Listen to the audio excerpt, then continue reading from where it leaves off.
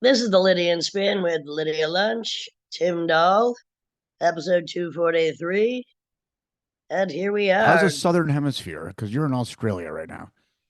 I'm in Brisbane. It's 82 degrees and sunny, and it's 9:30 in the morning. It's fantastic. I just got here yesterday with Joseph Keckler for our Australian domination tour after our success in Los Angeles, which was fantastic as well. Great. I mean, is Keckler going to the koala bear sanctuary in Brisbane that He I went to asked last about it. time? He should He asked go. about it, and He I, should go. but where is it? What city? It's in Brisbane. Oh, he asked about it. I'm going to send him. No, no, Yeah, no. he's He going to go. should definitely go. You get to hug a koala bear, which we've talked about before. First of all, when you hug it, I'm just picturing this kind of wild animal, kind of coarse hair. Not at all. It's Soft it's it's as. like it's like cashmere. It's the fluffiest teddy bear you can possibly hug. And, Now, I usually think of you as a pretty fluffy teddy bear there. whoa. Well, they get them high as fuck on eucalyptus leaves. So that's what they're just sitting there like stone, like, yeah, man. And they just get in Yeah. your arms. And I said it before, the hugging koala bear wall of fame is one of the most eclectic things I've ever seen. It's like Studs Terkel next to Joan Jett, next to I don't know. Soon to be Joseph Keckler. You Yeah, never know. exactly. It's so bizarre. But Well, yeah, that's the way I'm going to have to send him. Anyway, I hear it's chilly and raining there, but I have a kind of terrifying fact about rain, which it's been go. raining in a lot of places a lot. I mean, we know that Yes. Los Angeles, fortunately, when we were there for about a week, it rained a little every day, but it wasn't terrible. But scientists, geologists have just managed to work out something that's pretty freaking terrifying. They think that there was a period on this planet that it rained for 1 to 2 million years. I like I mean, that. it's just unbelievable. And that they thought that it might have been. So, stop crying about the rain. They think that, in the wake of wide extinctions of plants and herbivores, and the dinosaurs, of course, the main benefactories in the time of the recovery. But they said that it might have happened because of so much humidity from volcanoes. Yeah, that's interesting. yep, yep, yeah. So, I I, mean, I know this. no, So, that it rains for a couple of days, a couple of weeks. Shut up. well, Could rain for a that's million years. well, that's still better than on the planet of Venus, where it's nonstop raining sulfuric acid. that's that's next level, you know. That's nothing I need to experience. I mean, No. being on a plane for almost 18 hours is enough sulfuric gas, I can assure you. Ha ha ha ha ha. Well, it's been raining blood in Amish country in Pennsylvania. It's What? oh yeah, the Amish haven't had a good 10 days or something. So it started with Sean Cranston, 52, was arrested just the other day, Lancaster County, I assume, or maybe I'm wrong, but I think it's around there. And basically, he was arrested because a 6 month pregnant Amish woman, someone home invasion, shot, stabbed to death everyone, the babies, mutilated toddlers in the other room. This is kind of rare. Like who, what in the Amish community? What's An going Amish on? Manson almost. Well, this guy wasn't an Amish person at all. Oh, With that said, there's kind of leaked in the press. There's a hunch, uh, mistaken identity, which oh, is like, which this guy's not Amish.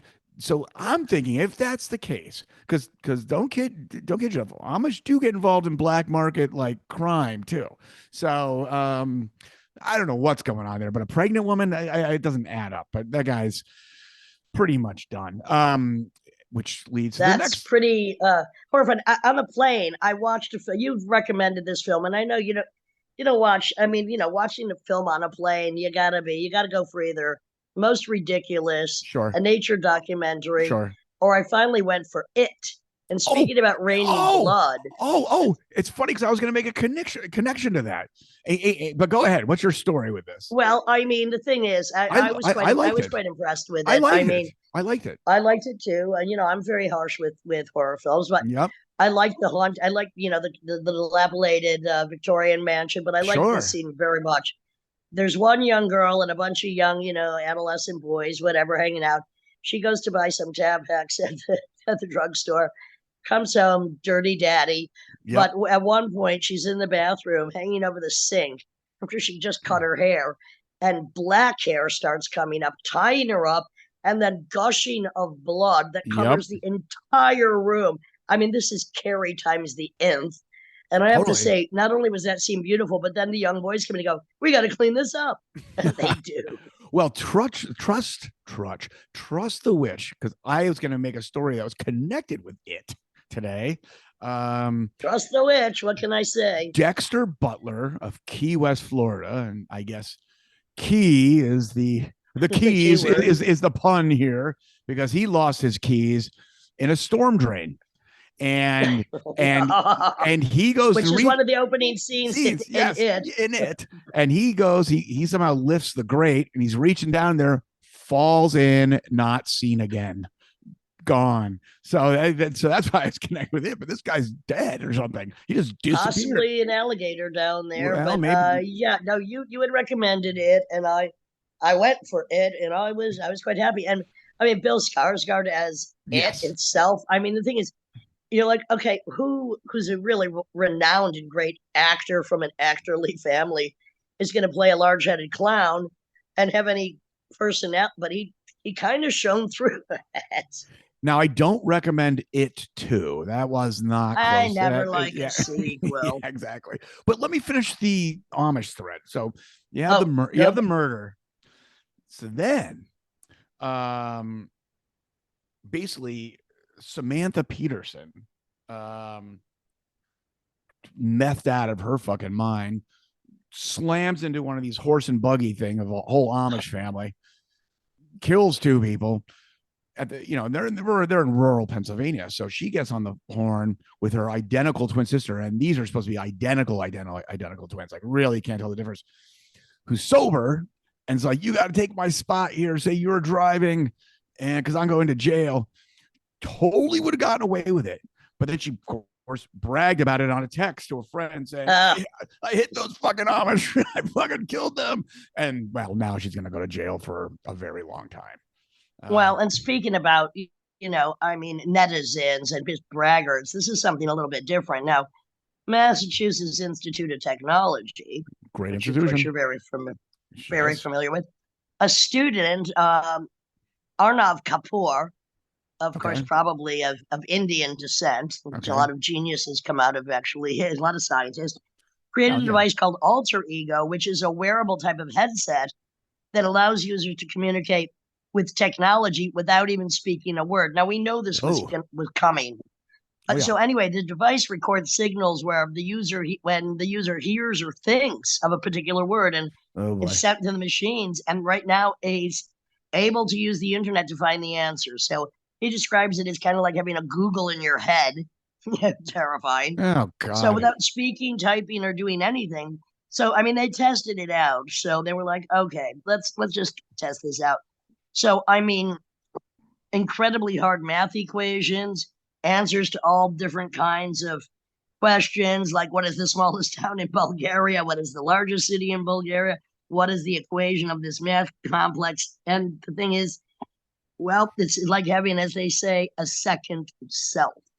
And I find that a bit terrifying. It's a little scary. And also, because like, how can that be used and manipulated? Turned off. I don't know about you, but sometimes, if your brain's racing, you're thinking about a lot of stuff, and you're making all these little connections, and then you have a good idea, but it passes. Then you have to kind of think for a second, like, what was that? And then you remember it again, and you saw. That's always satisfying. It's kind of like stretching your muscles in the morning. I always like that. And now if there's like machines, it's like, you don't have to do any of that. Instead of muscle memory, it's memory muscle. I don't know, but who am I to say? We're going to see where this all goes. Well, I mean, the ultimate could be used really in a horrible way as the ultimate like lie detector test. That's what's terrifying. Oh boy. Anyway, speaking of something that's kind of cute, but also terrifying, is wildlife scientists cannot understand how in, again, Karnataka, India, they found tiny little frog with a tiny little mushroom growing out of it. Is that a penis? What is Nope, that? no, it's a mushroom. Now the frog was healthy, Okay. and they said it was eerily reminiscent of the horrifying fungi infection seen in the Last of Us film. So, I mean, frogs are known to sometimes get, fungi infections, but never have they seen one before that actually had a mushroom growing out of it. Now, Ugh. mushrooms, as we know, are one of the true aliens and can adapt to their environment and different hosts. So they're still trying to figure out what the heck's going on with that. Is this like one of these It's kind of like superfoods? Is it one of those psychedelic frogs you can lick that is a hybrid with psychedelic mushrooms? Can you get like that would super be fucked nice, up on but this I mean, thing? the thing is, the frog is only about 2 or 3 inches, and the mushroom is tinier than a pinky nail. So, Oh my God. and that's Yikes. about all I got there because that story is enough to send me back to dreamland. Yes, you should. I'm gonna just finish it with another animal thing. So have you ever seen an Arctic fox? I mean, this is Are they like all white? it's one of the cutest kind of living. Yeah, It looks like beautiful. just this fluffy, white as snow little fox, Yeah, and it's beautiful. really soft. Well, their population is rapidly declining because global warming, and they usually dig out mice, and they're all dying. So Right. there's these controversial preservationists that are basically doing these feeding stations to keep them alive. But then, of course, other scientists are like, let nature take its course. But then, of course, the other Well, it's argument is not like, nature that's taking its course; it's the extinction of right, nature right, by which man.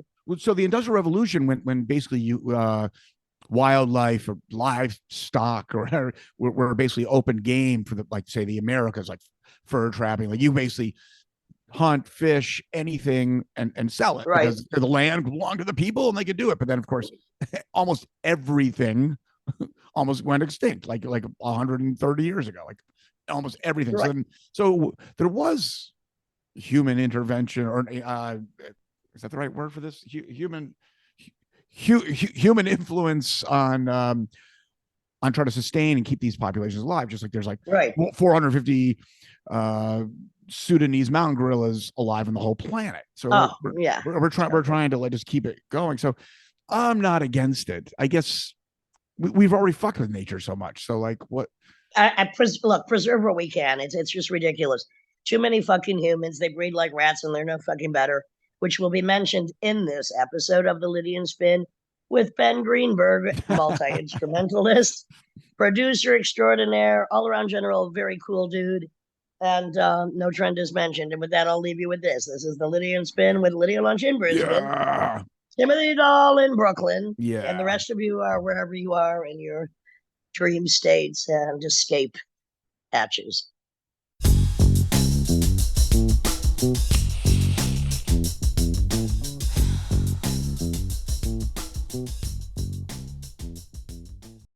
This is the Lydian Span with Lydia Lunch, Tim Dahl, and our special guest today, Ben Greenberg, man of many talents, multi-instrumentalist, producer.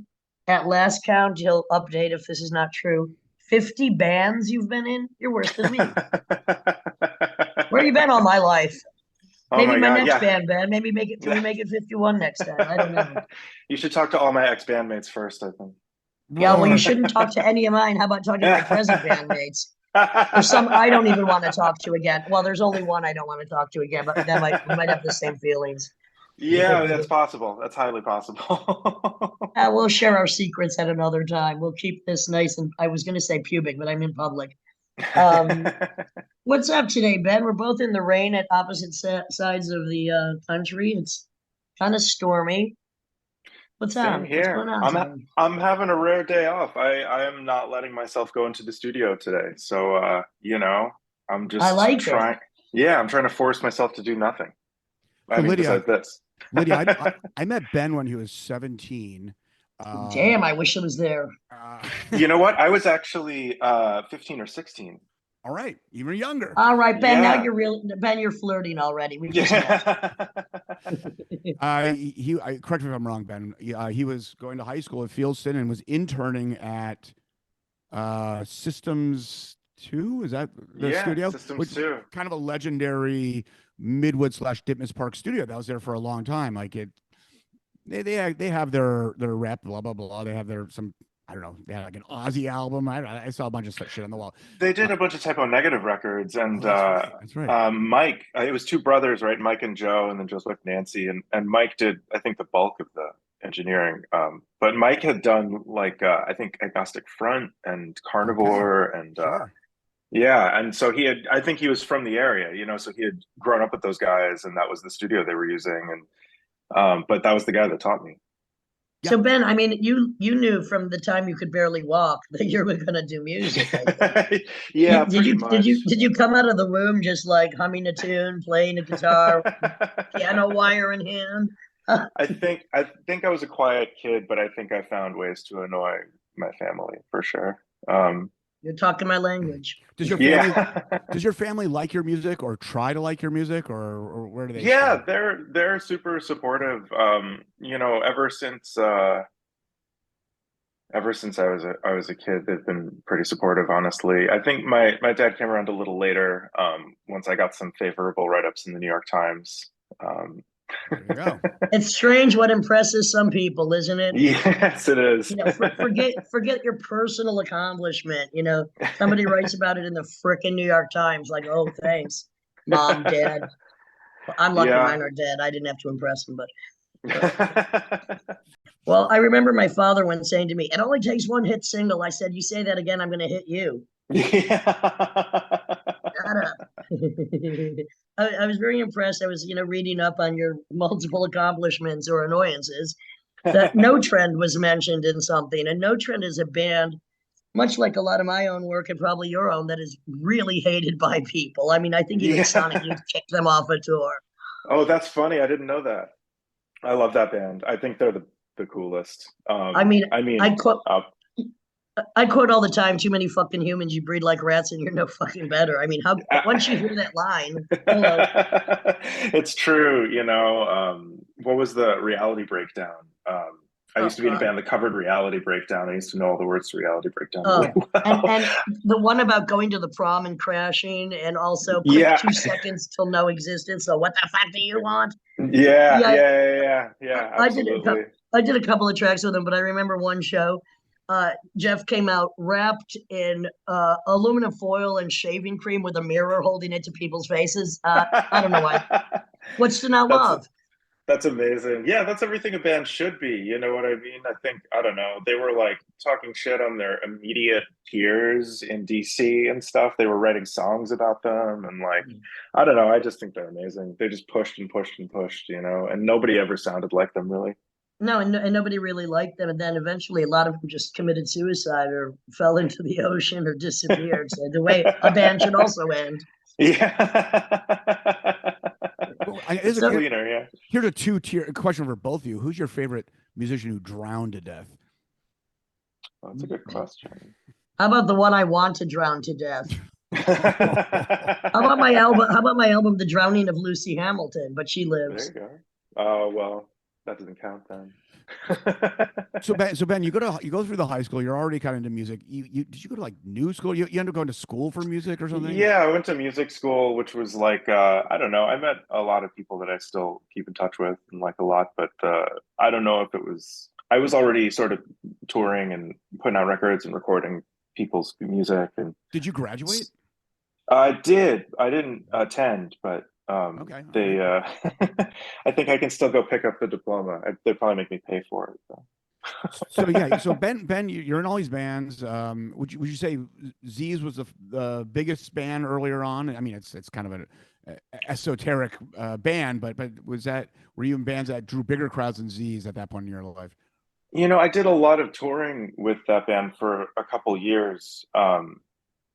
So I don't know that I was doing anything else that was more active, but everything else I was doing was also trying to be on the road and trying to get records out and trying to find other bands that were anything like us and people we could make stuff together with. But it was, coming of age right around 9/11 in the city was really alienating. And I think a lot of folks my age around here experienced that. It fractured a lot of things socially, and it was kind of hard to find a place to belong. But it, Um, but it was also kind of the thing that kind of sparked the shift from downtown into Brooklyn. in terms of nightlife. Yeah, that's totally true. And, I wound up living in Brooklyn shortly thereafter and, starting to meet other musicians. And, that was when I really started recording other bands more seriously. It was when I lived on like Lorimer Street 20 years ago. So And like the bookend to 9/11, it was the COVID pandemic. I mean, it's Yeah. kind of a bookend of just great and long lasting effective disasters that either like pull something into a lull so that it rises back up again with fury. So that's kind of interesting to just be able to experience that in our own lifetimes, especially someone coming up during 9/11. I wasn't living in New York at the time. Oh, So really? yeah, no, I was in California and then I went to Barcelona. I wanted to get as far away as possible from Yeah, that's right. the downdraft. Yeah, things got a little wacky after that. do you think Horrifying. do you think Yeah. do you think Stockhausen should have been canceled for what he said about 9/11? Yeah. There were a bunch of people that said some highly questionable things in public after that, and haven't really been taken to task for it since. But it's a traumatic event. People are going to have traumatic responses, just like COVID. It's just crazy. It is crazy to feel like 20 years on or something, there's this other huge disaster, and then it's like, okay, are they going to get more frequent now, or what's next? Well, I want to go back to that question, Tim, about should Stockhausen been taken to task? What about the fucking assholes that did it inside the U.S. government? Should not they have been taken to task? A thousand architects signing a petition to have it reinvestigated, not a nothing. Still, come on. Yeah. I read 1,000 articles. I'm not going into it now. That would be like a podcast that takes a year. So question moot. Sorry, but I'm not. Yeah. Carry on. I feel like being like 16 at the time, it sort of immediately threw any preconceptions that I had had about how the world worked like completely out the window, because it immediately felt like it was just unfathomable what could have caused it, and like we could never really understand that, and like nothing we could ever find out could ever possibly be the truth or the whole truth. Growing up under Reagan, Kennedy assassination, summer of Mhm. love, summer of hate, fuck of Charles Manson, Vietnam War. Like there was no truth. Everything is a lie. The war is never over. This is just, and the thing is that Unabomber, 9/11, not that they're exactly the same thing. Yeah, yeah. Very lucky because what we export in the sport of death inside this country is where it's also happening. So it's internal that we export, and now it's coming back by Yeah. mass shootings and all the rest of it. So I'm of a Yeah. different generation that was already not believing anything because it's all a fucking lie. Yeah, no doubt. I mean, all I had, before I was 16 in that regard was like whatever punk I had heard, and that was just rhetorical to me as a young person. It felt like right. It felt right, Well, but because punk was a rebellion against all the bullshit. yeah, yeah, and obviously you see that everywhere you look. So, it makes sense to a young person, but then to like see something happen on that scale, like locally, Yeah. and see how people act afterwards and see the stories that get told, and yeah, it changed the way Well, that I felt about my place in the world, for sure. which is good because that shit happens every day, everywhere else. Yeah, yeah, So yeah. good lesson. Wake up, Going kids. back to your bookend theory, Lydia. I mean, 9/11 was when Giuliani was called America's mayor, and Hmm. just now is the end of the pandemic.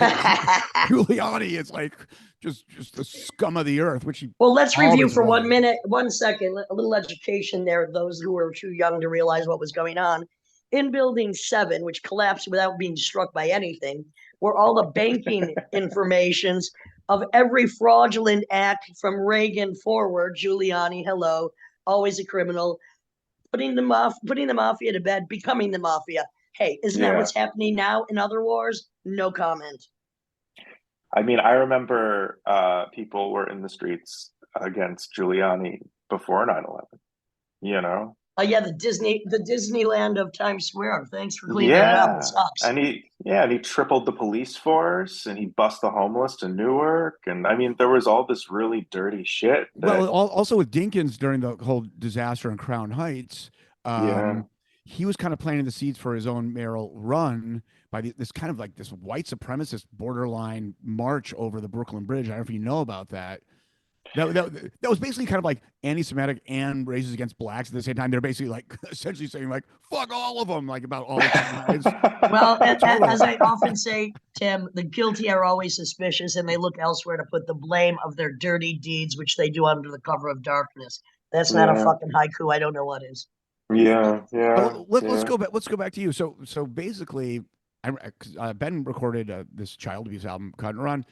Was that that studio that you had the lease at the basement of a Catholic school that was Yeah. no St. longer in existence? Cecilia's. Yeah. By the way, you got a great sound out of that Thanks. room, and the equipment you had. It was actually, I don't know, was that just ambition, luck, all the above, fate? I Both, mean, literally. I mean, I had by circumstance met a guy who was involved with another guy who had a half-working MCI console and an Otari 2-inch machine, and I had, whatever mics I could scrounge up at church sales and steal from places that treated my band poorly and etc. As a shitty little kid, and I remember actually you guys, I'm looking for it right now because I think I actually have it in this bag right here. You guys gave me a microphone when we were making that record because oh, probably out of pity, I would imagine. oh, But I think I still have it. It was an AKG C3000, I think. yeah, that sounds about right. Yeah, and it was just so generous that you did that. It meant the world to me, I The gotta thing say. is, I mean, not that this interview is about myself, but it is about Ben, and he did engineer that record. We were trying to do like a home recording that was really failing, and Ben at the time said, "You know what?" Because I said, "Let's just scrap this and start all over again." And Ben said, "You know what? I got this spot. Let's just give it. What do we have to lose? Let's do it at my spot." And it fucking sounds great. It really sounds great. It's It you was a know, great room, It was like a 800 square foot room that I fully carpeted, and we built a control room inside of it. And then we had a room right next door that was another 800 square foot room, but it was fully concrete and nobody was using it. So it was just this gigantic echo chamber that we had real access to. So we didn't have to rely on, this is like, I don't know, 2006, man, between 2007 or something. between 6 and 8 around there, or is that, I don't know. Yeah. So, like plugins all sounded like crap back then. So if you were trying to scrounge things and do it on a budget, you sort of had to be crafty in the room. You had to get how to do that. And luckily I had learned from guys, when I was a teenager who had a big, awesome sounding room and they knew how to get a really good sound just naturally, like they came up doing all those aggressive records, but when I was there, they were doing all this jazz and out music. And so it was really about like getting a good acoustic capture and learning how to do it properly. Sure. No, that was great. So, but through that, you ended up producing, recording a lot of other bands, which, not to filter through all, the million bands you've been in, ultimately you're in the band The Men, which had giant success. They did well. Yeah, they did Yeah, pretty well at the I time. mean, not arenas, but you're playing Bowery Ballroom and doing and touring the world. How long did that go on for? I think that was like 3 years ish. I mean, I had been, yeah, like you said, recording them for a couple records, and then they asked me to join. Then I was in the band for a few years. We made I think 3 records, 2 LPs and an EP together, or something like that. After I joined, and then I moved on. But it was a wild ride. I joined right when they were starting to get a lot of attention and do their first overseas touring. And I had experience overseas with Z's of all bands. So I kind of, I don't know, had experience with it. So I was comfortable in the environment. But it was really fun. I had a really good time, probably too good of a time. Yeah. No such thing. There's no bad must correct. No such thing as too good a time. That's ridiculous. I must I get. contest.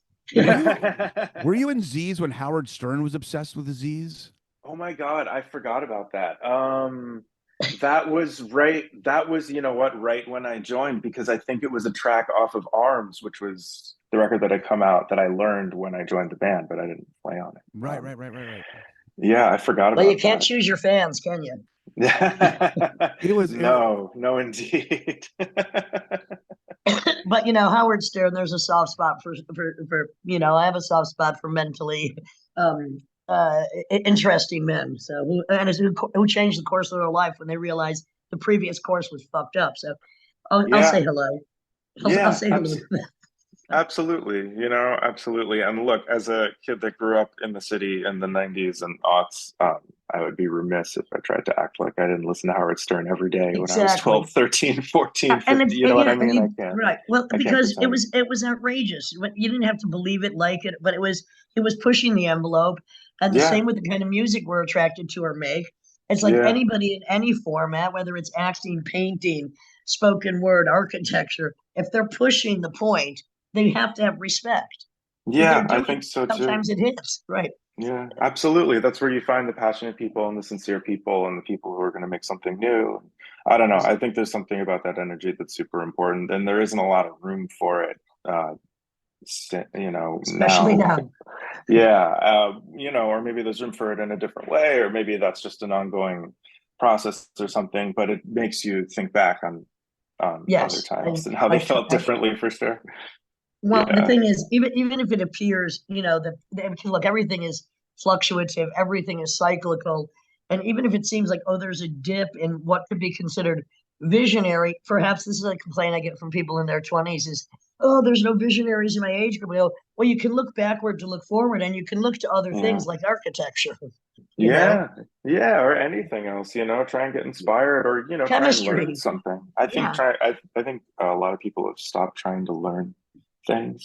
They've Well, started, with it, Well, like because the everything's gotten internet makes reduced you to, dumb, even though you can find out everything you need to know, it actually, I think, reduces the capacity for knowledge because it's just information. It's not knowledge. yeah, yeah, exactly. It well, reduces things to tasks and technical information and procedure, and there's not a craft and a connection to what you do when you approach it on a shallow level. I mean, Ben, are you mostly sorry, Tim, but Ben, are you mostly producing now? Do you miss being on the road? Do you like get a hankering to go out, or how often do you go out now? Is production your I main thing? I play in a band called Uniform now, and we tour for sure. We're putting out a record later this year, actually, that has not been announced yet, but we are putting out a record later this year. Hey, thanks for dropping the secret. Which I'm really excited about, and we'll be touring, in the second half of the year and next year. But that's the only time I'm really on the road. Well, actually, last year I started playing second guitar in a band called Miasmatic Necrosis, who are amazing, and I was a huge fan of, and I'm really stoked to be doing that. And there may be a little bit of travel with that band, but I don't really. Everything they do is a lot more mystical and oblique and hard to pin down. Including the Uniform is, tours, mystical yeah, touring. yeah, yeah. So I don't know. They'll say when that's happening. But Uniform, is a band I started with Mike Burden, so I can tell you for sure that we will be touring, and I'm excited about that because I do still love performing. But I do spend most time in the studio now. Yeah, And you got to get itchy to get out, of course, because there's nothing like for the best and the worst of it being on the road. I mean, both Tim and I mean, we're road dogs. yeah, yeah. Hell yeah. No, I know. And that's really, I started at a really young age too, and I really do love it, and I do miss it, and I do get antsy, and my wife can tell you when I'm home for too long, she knows. She's like happy to see you go for a while. Just get the hell out of here. Yeah, Go relive your exactly. teenage fantasies on the road, son. And you never take a wife or a girlfriend on the road. Forget about it. I just, I think that it's ultimately like not, it's an inherently uncomfortable experience that you go through because you're passionate about performing. Yeah. So, if you're No, not doing that, it's kind of weird or if you're not working the tour, it's kind of just weird to be there. yeah, and whoever is not a road dog doesn't know all of what it entails, the best and the worst of it, or as one of the Rolling Stones once said, 25 years of waiting, 5 years of playing. That sums up my life pretty much. That's definitely tour life for sure. My wife actually was a road dog for years. That's why she would not want to She's do a it wise woman. anymore. It appears she's wise. Yes, absolutely. Absolutely Uh, she is. That's funny. So Did you Go ahead. did you produce the Zora record that I was on? Oh yeah, hey, I love that Hey, record. hey, bud. So Hey, bud, we're hey, yeah, buds. I had a lot of fun working on that track, and mixing your voice was honestly a highlight for me of that It's experience. So thank you. thanks for that. You did a great job. I mean, I didn't know. Of Thank course, you. we just met. You did a great job, and that's a really great song, "Murder in the Temple." I had to Yeah, ask Zora, who's an absolute genius and wonderful yeah, musician and lovely yeah. person. Like, are we going to be beheaded? Because somebody had just been beheaded in a temple, and she presented that music to me, and I wrote the words, and I'm like, Zora, are we going to live through this? And I'm like, I think we will, because who's going to hear it? They might want to cut our heads off. Um, the, but you did a great job, and it's a great song. And thank you very much. More in the Oh, thank future, my you. friend. I hope. I Hello. hope so too. I would love that. Yeah, yeah, yeah, Thank absolutely. you. Well, yeah, I agree. I think Zora is a total genius, and I was really stoked that she came to me with all that music. She'd been writing all these songs through lockdown and trying to figure out what to do with them, and she handed all this stuff to me and was like, "Can you mix this?" And I was like, "Not yet, but I can, but I can help you produce it, and then I can mix it." Um, Wow. Because she had been yeah, talking about you, but since I didn't meet you, and I mean, I just, she's talking about this guy Ben. He's doing a great job. I'm like, well, great, cool, wonderful. I mean, I've only got one song on it, but I remember her talking that about you. track's And awesome though, and I really loved your part in it too. I really love those words, and it really sets thank the whole you, record off. Honestly, I was glad that they chose it as a single. It's a really thank cool you. track. Yeah, Yeah. thank you. So now, what's? I'm glad you have the day off. I'm taking the Yes. day off. I don't know what Tim's doing. He might be taking the day. Have you considered doing? Of course, this is the fun we have. So, taking that we both are in a rainstorm. So, what are you going to do on your day off? Thing is, do we like to tell those secrets or not? Oh yeah, totally. I'm an open book. I'm like really boring now, which I love. Like I just loaded the dishwasher and then dialed into the podcast. Do you I'm cook? probably yeah, I do. I love cooking. Well, I'm going to have to send you a PDF of my cookbook. Oh my God, please. I would love that. That's awesome. Yeah, I love a man absolutely. that cooks. Tim is a fantastic meat I'm not master, and so surprised. is Simon, the producer of this. We're all like kind of foodies. Oh, that's awesome. Hell yeah. Yeah, I love to I, cook. I'm not a foodie. Please don't call me that. Thank you. Right. yeah, That's well, right. He's a mixologist. nice. Well, when I get my suspenders and my mustache, yes. I just like having my fingers in people's mouth through the food I touch before they eat it. You want some I was DNA, baby? Here we go.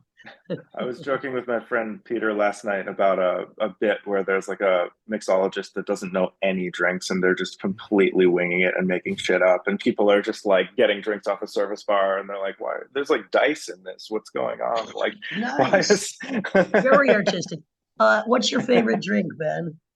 My favorite drink is just a mezcal on the rocks. I'm a simple person at this point. Well, I'm going to update you the first time we meet with a tequila teaser, which is tequila pomegranate molasses, which has every nutrient Oh, you need, and yeah. lime. All right, Nice. we're talking now. Tequila teas are coming your way. That is after I return from the next, 45 or 60 shows I'm doing, and when you can escape from the studio one day, your next day off Yeah, in the about next 60 time I take a days. day off, which will probably be in about, yeah, exactly. Does your solo act Hubble still exist? Uh, you know, yeah, in as much as like I haven't officially told anyone it doesn't, but you know, because it's just me, I would say Don't it's break the hard Hubble to. bubble. Don't break the Hubble Yeah, bubble. I Don't want burst to the keep bubble. doing it. I would love to do some Hubble, now that shows are happening again. I'd love to play a show. I got asked to play a show that I couldn't unfortunately play this spring, but I'd love to do something at some point. I've been recording the whole time and I keep sending stuff around and you know, maybe at Did some you point. did you enjoy the pandemic because you could just be in the studio doing stuff? I mean, as a studio Yeah, dog that you are, or yeah. I did. I honestly I could. like Yeah, I loved to. it. Yeah. Yeah. Yeah, I spent the I, whole time, on Zoom remote mixing and working on music with people and for some of it us, was pretty it was not chill. the worst thing possible. It was kind of a not really just not. I mean, I was ready. I had a lull in touring anyway. Retrovirus did one of the last shows, and I had a lull coming up, and so yeah. I recorded stuff too. I recorded a record with Tim and Matt Grid that's not come out yet. I did the podcast. I did a documentary. I think for some of us, we just do what we do, no matter what the circumstance. We're going to do it. Yeah, and that's going to be the response too. When something happens, that's going to be the response to it, is to do what you know. I think absolutely. Yeah, Going out the back door now. Yeah. Yes. Taking you out the back door now. So moving around. I was just in the studio. You've always, you're always knowledgeable and interested in the machines of the past, but you're also not afraid of the machines of the future. And you're showing me how you're using some AI now. Oh yeah. I guess do I even have a question here? How excited, or where do you want all this AI stuff to go for yourself? I mean, it seems like because you do actually seem to enjoy the process of how to make something happen and letting the brain kind of filter and make decisions. I'm just curious what you think of AI and how you're using it and what your views are for the future for this. That's cool. That's a cool question. I am fascinated with how things can be made, and there are so many ways that you can make a cool, interesting recording. And there are constantly new tools being developed, to make recordings more interesting and more vivid and more three-dimensional and more immersive and, weirder too.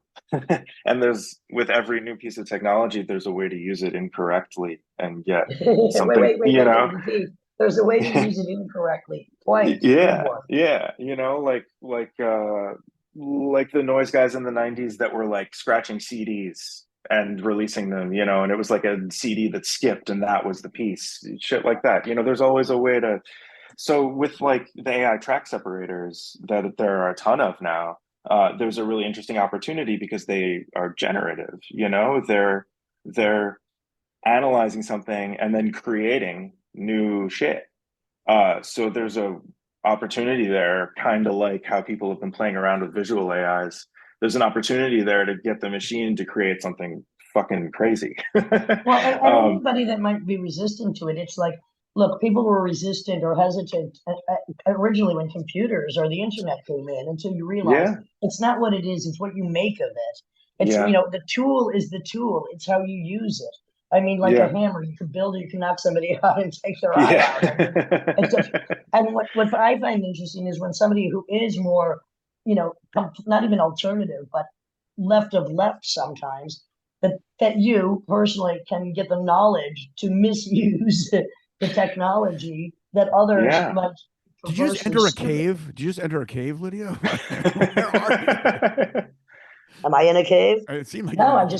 I'm back to my original location, but it's raining so hard I had to shut the window. I mean, so Ben, because we were kind of talking about this when we hung the other What's day. wrong with being in a cave? No. I'm in a cave of my own making. Yes, I am. Who do you prefer, Nick Cave or John Cage? Oh, that's tough. There's no choice. Come on, please. That's tough. Earplugs or no plugins. No, I mean, but we were talking about Power Station and how that horn room turned into a drum room, and we were talking about Hugh Padgham with the Neve board, and so happy accidents, or even auto tune turning into the vocoder, whether for better or for worse. Have you, even early on with AI, run into happy accidents that you're like, well, this wasn't my intention, but whoa, is this way better than I even intended? Absolutely. I mean, you can put a piece of solo piano music into an AI track separator and it will give you, vocals, guitars, drums, bass, you know what I mean? Or it thinks it's giving you that. And then what it's giving you is like, what is it? How do you even define it? It's a new kind of sound. It was like generated by AI and it doesn't sound like anything because it's completely new and synthesized from nothing, which is a crazy concept, Totally. I mean, I think that I think that like streaming or the internet in general or technology, like you were saying, Lydia, anytime there's something new, there's going to be pushback, and then there's going to be people that use it to make dumb shit, and then there's going to be people that used it to exactly, and I'm just interested in that part of like Well, I'm you a know. Luddite. I'm a Luddite, close to a Luddite, that a lot of the recordings I do are basic number one garage band right into the Mac, no mic. A lot of Yeah, my recordings, I don't use, I mean, that one take right into the right into the Mac. And that's how I did the vocals for the track you produced, Murder in the Temple. That's how I yeah, did all the grid stuff. I do so much of my stuff with the most basic, because for me, I am the tool. yeah, exactly, Right? exactly. And so I Exactly. don't need, because I'm such a minimalist in many ways, that I can use the most elemental to get Yes, exactly the sound I need, which doesn't mean yes, I don't like experimentation, or don't want to be. It's not that I'm not interested in other dimensions of it. It's just that's the tools I have handy. So nobody should complain that they don't have the tools to make what they want to make. It's just a matter of practicality, what you need to do, where you're going to take it, and what the point yeah, is. And if yeah. there's no And fucking but point, stop doing it. that's Exactly. true. But also it's about what you can do. And I think that what you can do is different than what other people can do. And so Well, I let's think just that say no doubt in what you can do too, and what all of us can. And that's why we're talking to each other. but Yeah. you know what I mean. I think that, if we put any mic in front of you, we're going to be happy with the result. I can't say that about everybody that I put a mic in front of. Well, You know what I mean? um, well, Um, if okay, so I'll sometimes, accept the compliment. I don't even use sometimes, them. Hey, hang on, Ben. Sometimes I don't even use mic. So yeah, a mic is an improvement. It's a step up. yeah, you know what I mean? Take But me there.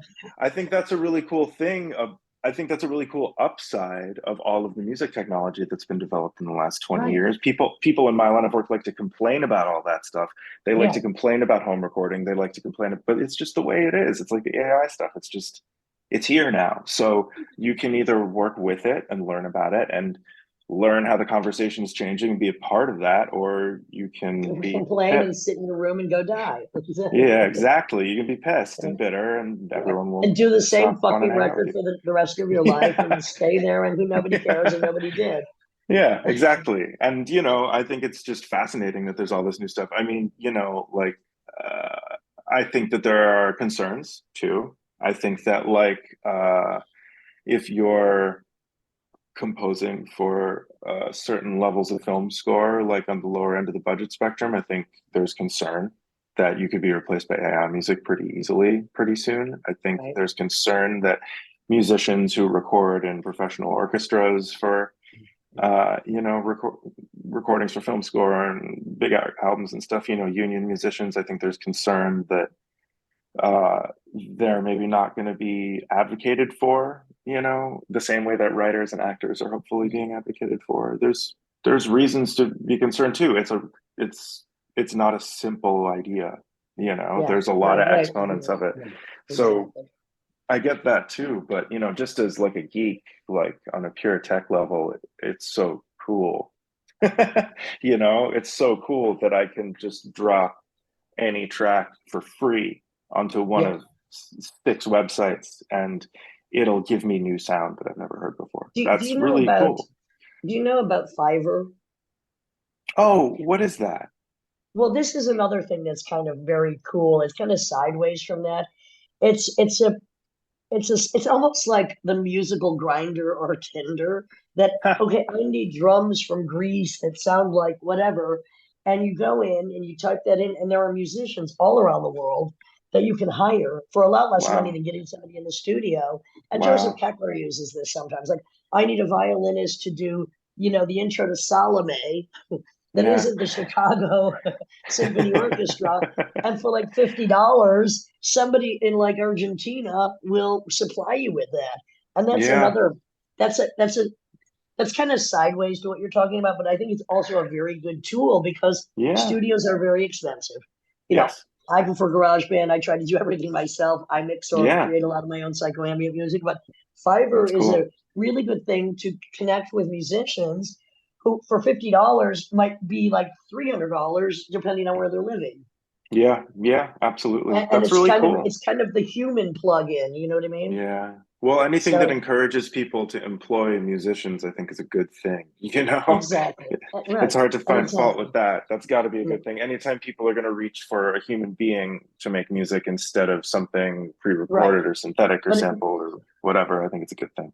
I think it's a very good thing for people to be aware of. What's interesting is they That's have cool. advertisements for fiber on TV now, but it has nothing to do with music. I don't even know what they're promoting, because I think it's a site that there's, for many specialities, but all I Right. know Interesting. of it is for the music. So, and I think that's, a good connective. I mean, that's when the internet is really beneficial, I think. There you go. Yeah, absolutely. And I think there will always be new examples of things like that Yeah.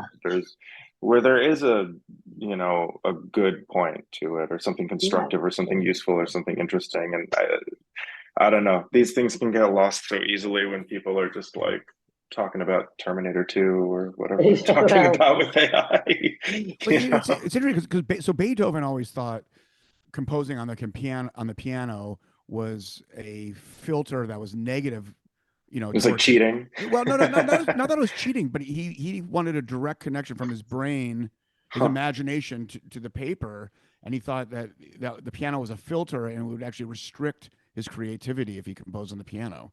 Wow. So he was just his filter was like a pencil. That's real though. I mean, you're gonna write a different song holding a guitar than you are at a keyboard. You're gonna write a different song if you start by singing it. Yeah, that's interesting.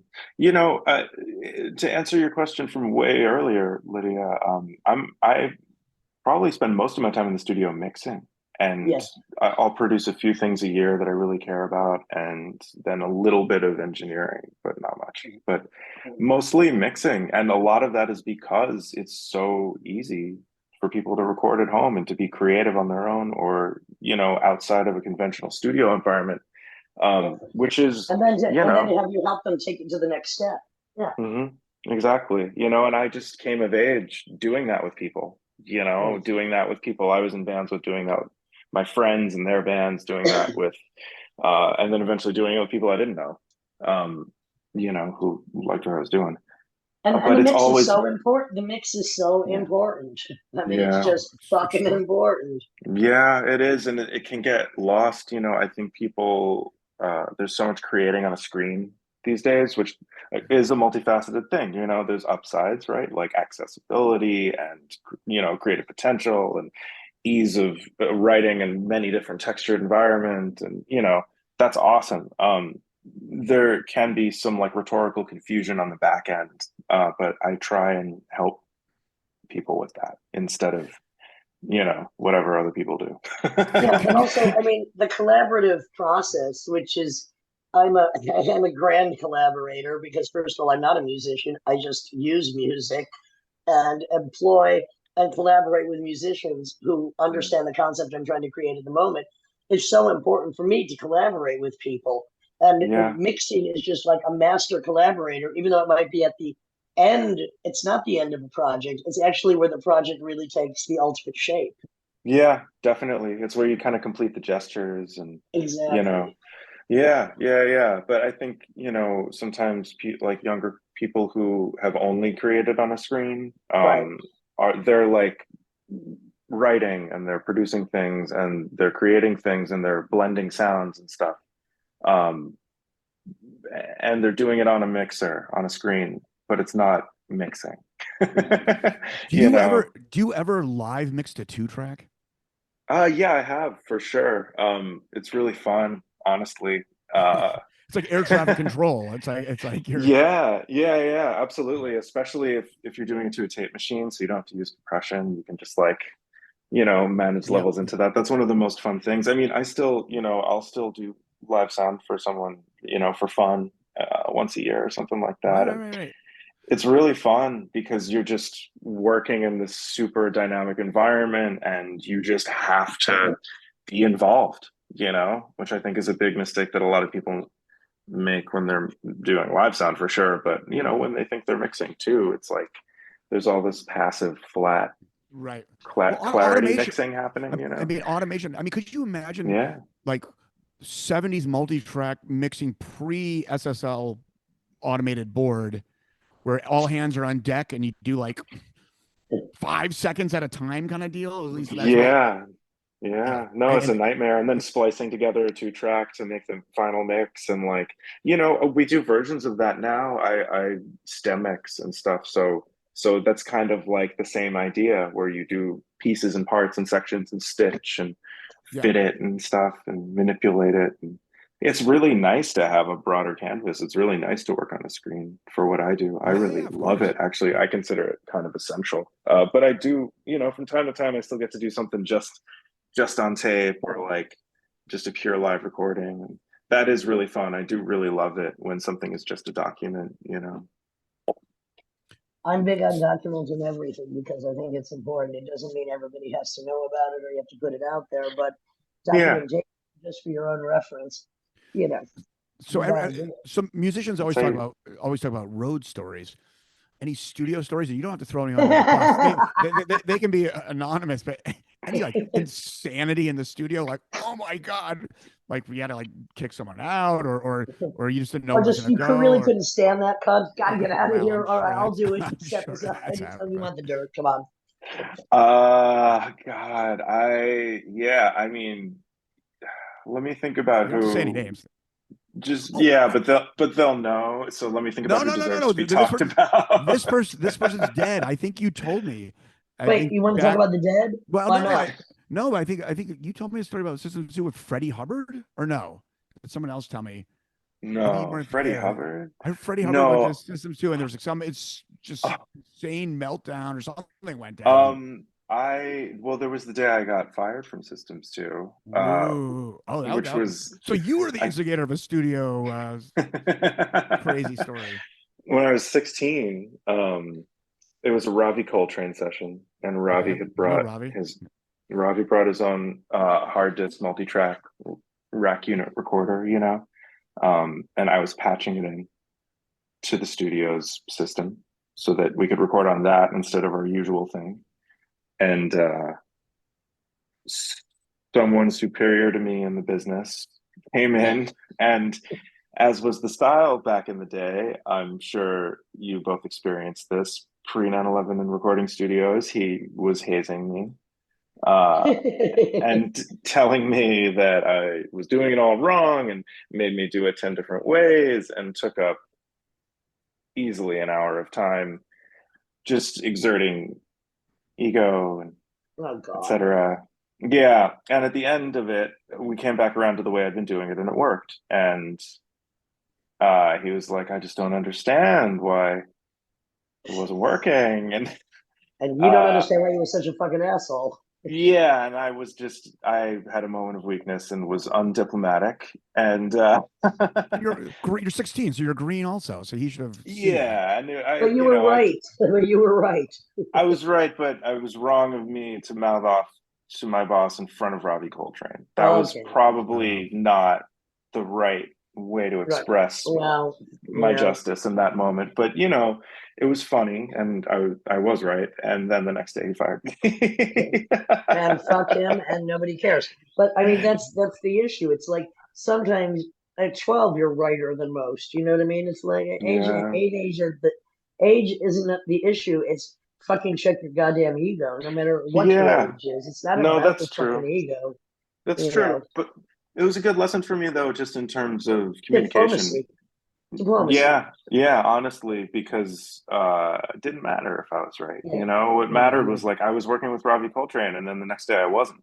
That was what really mattered. So it gave me some perspective ongoing when it did come to the horror stories that you're poking around for, musicians being difficult and wasting time and et cetera, et cetera.